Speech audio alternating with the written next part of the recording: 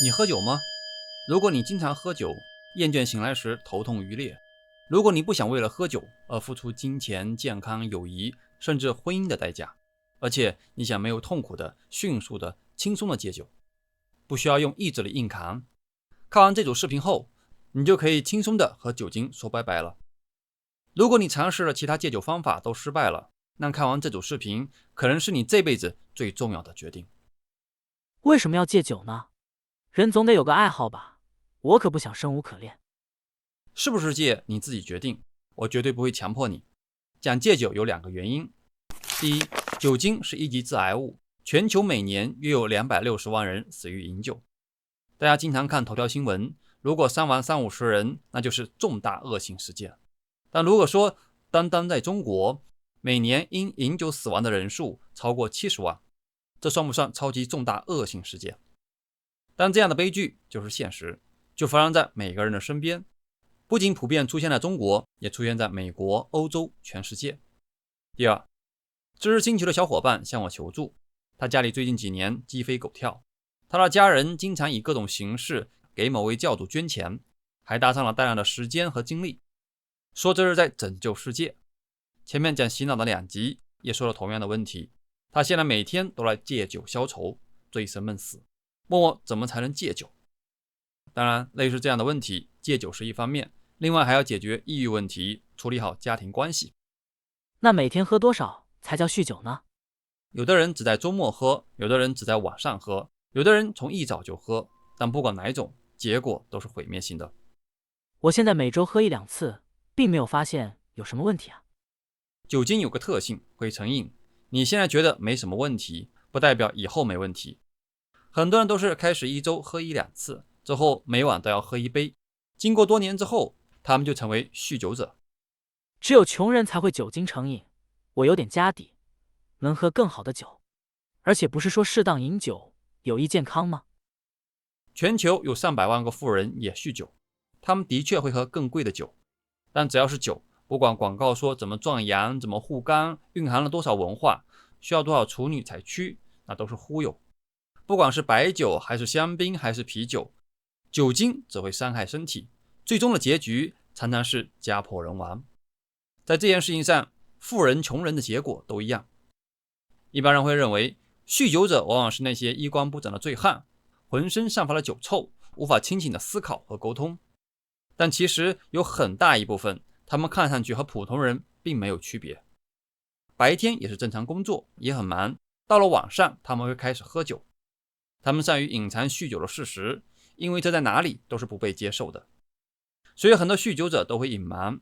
不幸的是，这样常常会让事情变得更糟，因为他们甚至会欺骗自己，否认自己有问题，更不想正视和解决这些问题。这究竟是谁的错呢？人们普遍认为酗酒者软弱、自我放纵，无法自制。但酒精又是社会必需品，你看哪场宴会少了酒呢？无酒不成席，全球哪里都一样。在中国，84%的男性，29%的女性会喝酒，其中有14%的男性会酗酒。女性现在虽然喝酒比较自制，但随着女权的兴起，未来几年女性酗酒人数应该会大比例增加。酒精会成瘾，喝完之后你觉得飘飘然，很快乐，很自由，觉得自己就是宇宙的绝对中心。普通人和酗酒者相比，可能也会认为喝酒有点好处，也被洗脑了。但为什么普通人没有酗酒呢？因为普通人同时也清楚酒精会带来的危害，他们清楚没必要去承受这些痛苦。也就是说，他们喝的还不够多，还没有上瘾。大脑的神经链路虽然已经改变了，但还能稍微保持清醒，还没有严重的喝酒欲望，仅此而已。无论你是谁，无论你自以为有多少自控力，喝酒后你的身体反应都是想要更多。只是一旦你成为酗酒者，喝得烂醉，不去上班，不去接孩子，人们就会用异样的眼光看你了。怎么这么不负责任？实际上你只是上瘾了，那你上瘾的是酒精。记住，酗酒并不是因为你软弱，也不是因为你没有意志力，只是因为你掉进了陷阱。有的人甚至还会赔上一条命。不是你在喝酒，而是酒在控制你。你们为什么喜欢喝酒呢？喝酒能放松，能让生活更有趣，更有活力。我认为喝酒是一种享受。我是为了缓解痛苦，缓解压力。你总说何以解忧，唯有阿含。我们是何以解忧，唯有茅台，唯有 Johnny Walker， 唯有青岛啤酒。我觉得清醒是件痛苦的事。为了社交呀，俗话说酒逢知己千杯少，把酒言欢，宴席都要酒过三巡。为了生意，谈生意怎么能少了酒？那喝酒给你们带来什么麻烦了吗？会宿醉，醒来时会头痛欲裂。浪费钱，危害健康，家里经常因为这个吵架。不仅仅是这样，酗酒还会引发暴力犯罪、家庭暴力，还有大量的交通事故。那你们想过戒酒吗？试过了，太难，我做不到。一戒酒，就像失去了好朋友，生活如此无聊，让人沮丧，没法过了。但你们知道吗？即使你们再能隐瞒，没人能长期跟家人隐瞒酗酒，他们迟早会发现，有78%的家庭暴力和饮酒有关。不管一个人多爱你，一旦受够了，都会离开的。当哪天你孤身一人，你会越喝越多，越陷越深。我没有恐吓你，这是事实。酒精能让人成瘾，破坏你的健康、财富和幸福，缩短你的寿命，而且常常会导致其他成瘾，像抽烟、毒品、赌博等等。但你并不孤单。根据世卫组织的数据，全球有 2.09 亿酗酒者。社会虽然对酗酒者有偏见，但并不是你软弱，也不是你没有意志力。问题出在酒精成瘾和一些洗脑言论，这是人类要共同面对的问题。好消息是，这组视频会告诉你解决的方法。如果你遵循这套方法，一步步来操作，就像要打开一个密码锁，你按顺序完整输入全部正确数字，锁就会打开。但如果你自作聪明，想走捷径，想学一招两式就想解决问题，那你可能会错过其中的关键部分，密码锁就打不开了。这套方法已经在全球帮助了上千万人成功戒烟、戒酒、戒除手机成瘾。只要你遵循所教的每个步骤，你也能成功戒酒。很多人都想戒酒，但为什么对很多人来说戒酒很难？因为酒精有成瘾性，长期喝酒会导致大脑产生神经链路，认为喝酒让我快乐，所以即使理智上你想戒酒，但大脑仍然想喝酒。你可能可以几天不喝酒，但同时也会感觉生活里少了什么，就像被一种难以抗拒的强大力量又拉回了陷阱。这是无意识的，经过长期的洗脑导致的。所以很多人试图用意志力戒酒，绝大多数人都会失败。每次戒酒失败，更让酗酒者认为戒酒很难，我没有足够的意志力，我太软弱了。这样的想法更让你们坚定戒酒很难。实际上并不是戒酒很难，而是你们用错了方法。我们先要弄清楚人们为什么要喝酒。先来处理第一个误区，喝酒让我快乐。虽然你想戒酒，但同时你又在被朋友、家人、广告还有你过去的喝酒经历影响。可能是你的父母在忙碌了一天之后他们会喝酒，可能是电影电视中里面的角色喜欢喝酒，还有各种广告会告诉你喝酒能让你快乐。哪天你也试着喝了一点，发现真有快乐的感觉，于是你就坚信喝酒是快乐的，能帮助你放松。因为酒精会影响血清素回路和多巴胺回路，让它们过度活跃，使我们的心情一下子嗨起来。但喝酒产生的快乐持续时间很短，很快你就会觉得有点累了，脑子有点不听使唤，心情就会比平时更低落，这样你会想要再多喝一点。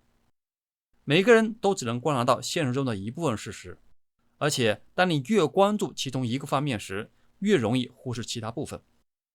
就像盲人摸象，几位盲人所感受到的都不一样。盲人们会争执，大象到底是像把扇子，还是像一堵墙，还是像一条绳子，最后打了起来。喝酒之后，你的脑子已经迷糊了。当你坚定喝酒能帮助你放松时，你会产生错觉，认为酒精能给你勇气，让你更善于言辞，让你更有趣。你无法察觉喝酒同时还给你带来什么。即使你已经决定要戒酒，当你下班回家想放松的时候，你的第一反应还是喝酒，是戒酒还是喝酒？这是个问题。你有两个互相冲突的观念，就会焦虑。解决的方法呢？来，喝一杯，放松一下。事实上，酒精的作用完全相反。最近的神经学研究表明，你喝得越多，酒量会越大，喝酒的快感就会减少，还会让你倍感压力。酒精会过度刺激大脑和肾上腺，让体内的皮质醇浓度升高，这会让人倍感压力。如果只是周末小酌，第二天这样的状况就会消失了吧？错，神经是可塑的，即使只是每天晚上1瓶啤酒，或者只是周末小酌，都会改变你的大脑神经链路。那你在没有喝酒的时候，会感觉压力更大、焦虑或者情绪低落，没办法做出最理性的判断。这样你会更想再来一杯，以减轻这些症状。你说的是酗酒者才会出现的症状吧？错，只要你喝酒，都会有这种倾向，只是程度不同而已。不过，幸好这种状况在完全戒酒后几个月还会慢慢恢复正常。所以，喝酒并不能给你带来快乐，只会把你拖入痛苦的深渊。第二个误区，喝酒能解渴。炎炎夏日，很多人都喜欢喝一杯冰啤酒，以为这样能解渴。酒精会让你的身体出现脱水反应，还能利尿，你会排出更多的尿液，还会减少身体对水分的吸收，置换出器官里的水分。你会越喝越渴，越渴越想喝。酒精还能加速排汗，所以即使你喝到肚子胀得不行了，仍然觉得口渴。所以吃烤串啦，吃火锅啦，喝酒只能越喝越渴。第三个误区，酒好喝。全球有 25% 的人在喝酒，那是因为酒好喝吗？还记得你第一次喝酒时的感受吗？大多数人第一次喝酒时会觉得很难喝，因为酒精本身是辛辣刺激性的，有些酒还带了点苦味。但因为周围的人都在喝，你会认为酒一定好喝。为什么在聚会时大家要喝酒呢？因为好喝吗？不，因为从众。每个人都想融入社会，有更多的支持，不想让自己看起来跟别人不一样。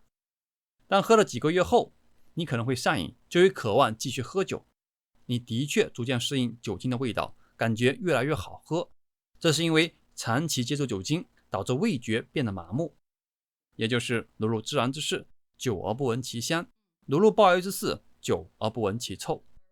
为了让酒精的味道变得更好一些，酒厂使用了大量的工艺和添加剂，但即使如此，也无法减少酒精所带来的危害。